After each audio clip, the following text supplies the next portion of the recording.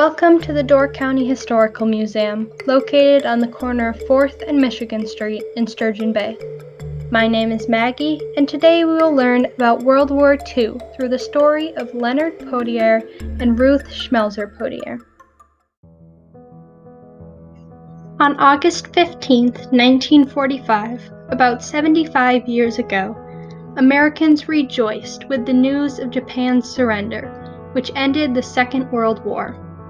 The war had begun in 1939, and the United States had been a part of it since December of 1941. December 7, 1941 started out as just a normal Sunday.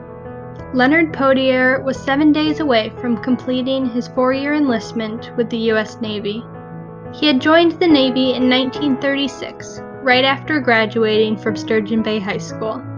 And now he was a welder stationed on a submarine repair ship, the USS Argonne, in Pearl Harbor, Hawaii.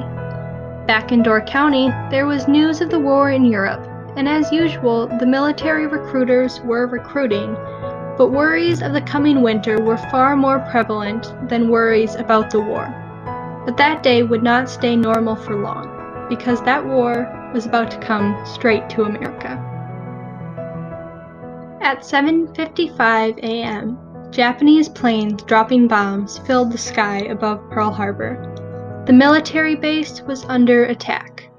Leonard took a position directing sailors who were shooting at the planes, and he watched as the Arizona and many other ships were destroyed or severely damaged. His own ship, the Argonne, barely escaped major damage due to a large crane on the dock nearby.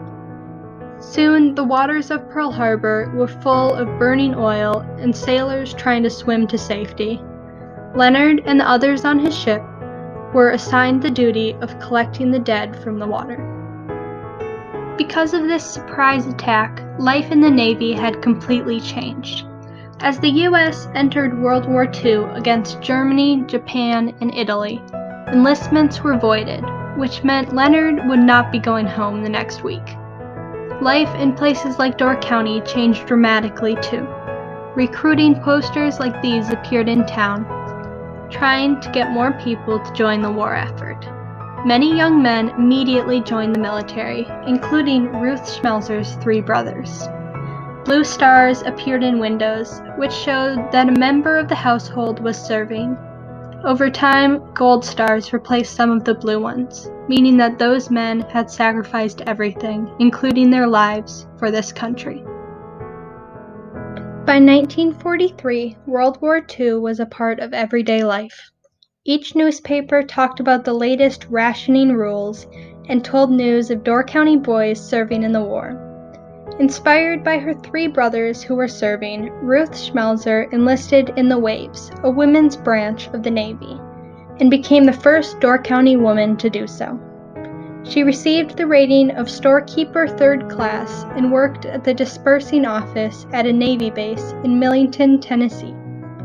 It was at this time that she began writing letters with Leonard Potier, who she knew from their childhood in Door County. On January 11, 1945, they were married in Sturgeon Bay while Ruth was home on leave.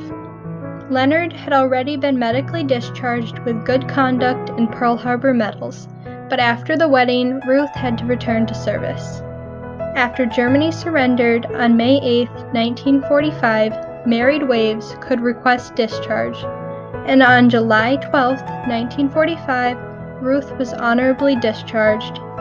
When the Japanese surrendered a little over a month later, there were celebrations across the country. World War II was over. After the war, Leonard and Ruth lived on a small farm in Nazawapi and raised 6 children. Like many other veterans, they returned to a normal lifestyle. Ruth continued to correspond with friends from the Navy for many years. There are many other stories similar to this one. Door County boys Arnold Krause, Charles Eglund, and Reynold Ullman also survived the attack on Pearl Harbor. Many others fought and died in World War II. Some received medals of bravery. We should all be grateful for what these people did for our country.